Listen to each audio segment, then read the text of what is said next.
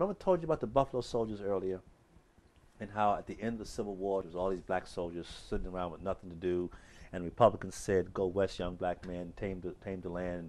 And in the 9th and 10th Cavalry, the 101st Division of the Buffalo Soldiers, we called Buffalo Soldiers because we were ferocious fighters, our beards, our red eyes, and all that kind of stuff. And we used a Gatling gun on the Native Americans. We were the first to do that, and we marched them to the reservation. We were horrible. These people never did nothing to us. And I went to a meeting one time. It was about 5 native nations were meeting in East LA. And I asked them if I could speak to them. They gave me, I think, for like 8 minutes or so. And I told them the story. And they cried. And they ran up to me. They grabbed me. And they were crying and hugging. And they were saying, never has a black man of any stature, any black man for that matter, ever has said this. Because see, I've always known there's been this, and deep in our hearts, this rift between blacks and Native Americans. It's always been there. It just doesn't quite mesh. And when I said that, they said, you're the first black man to admit that.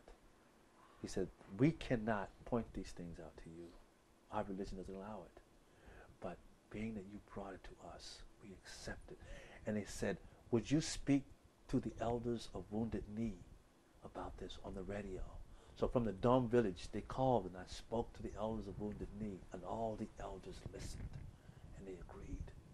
And they want me to come to Wounded Knee. One day I'm going to go to Wounded Knee.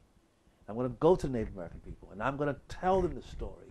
I told it to Ernie Peters of the great peace march that they had back in 1976, I think it was. And I met Ernie Peters just outside of Washington, D.C., went to his wigwam and to his tent, and we talked about this.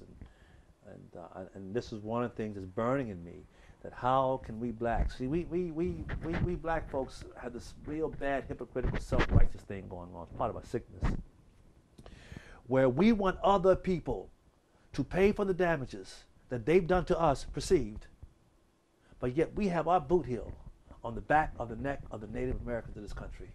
We've never dealt with that. Reparations, see.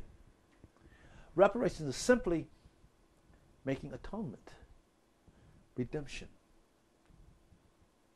That's all that it is. It's salvation.